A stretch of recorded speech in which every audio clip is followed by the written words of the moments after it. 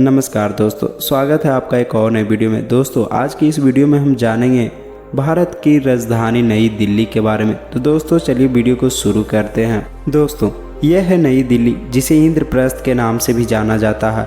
नई दिल्ली भारत की राजधानी के रूप में कार्य करता है। 12 दिसंबर 1911 को इस शहर को बनाया गया, जो कोलकाता के बाद भारत की नई राजधानी बना।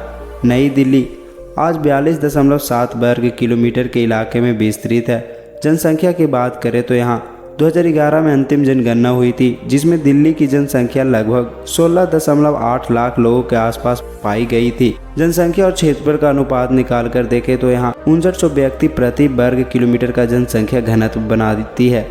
वैसे तो सिर्फ नई दिल्ली ही भारत की राजधानी है, लेकिन नई दिल्ली और पुरानी दिल्ली दोनों को ही लोग भारत की राजधानी मानते हैं। यहाँ की साक्षरता की बात करें तो यहाँ की 89% आबादी पढ़ी लिखी है। भाषाओं की बात करें तो यहाँ सबसे ज़्यादा हिंदी बोलने वाले लोग रहते हैं, लेकिन अंग्रेजी यहाँ का आधिकारिक भाषा है। इंस्टीट्यूशनल कामों में यहाँ इंग्लिश का ही प्रयोग किया जाता है। धर्म के आधार पर जनसंख्या के आंकड़े देखें तो यहाँ 89% के आसपास हिंदू धर्म को मानने वाले लोग रहते हैं।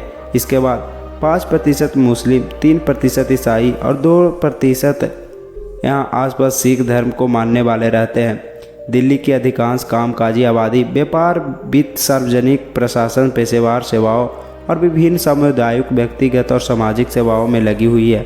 दरअसल कई सदियों में पुरानी दिल्ली उत्तरी भारत का एक प्रमुख व्यापारिक और वाणिज्यिक केंद्र रही है। 90 के दशक से दिल्ली अंतर्राष्ट्रीय कॉरपोरेट और वित्तीय नेटवर्क में एक महत्वपूर्ण नोड के रूप में काम कर रही है।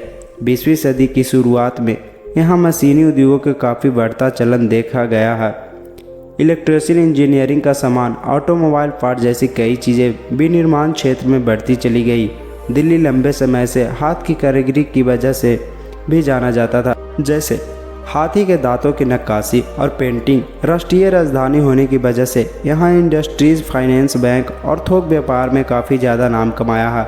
यह शहर भारतीय रिजर्व बैंक और भारतीय स्टेट बैंक कई संस्थानों का क्षेत्रीय कार्यालय का मुख्यालय है। दिल्ली की कई सारी बड़ी कंपनियों और स्टॉक एक्सचेंजेस का घर है। यह शहर लंबे समय से उत्तर भारत के अधिकांश हिस्सों के लिए एक प्रमुख वितरण केंद्र के रूप में काम करता रहा है, जिसमें व्यापार का एक बड़ा हिस्सा पुरानी दिल्ली के क्षेत्र के अंदर होता है।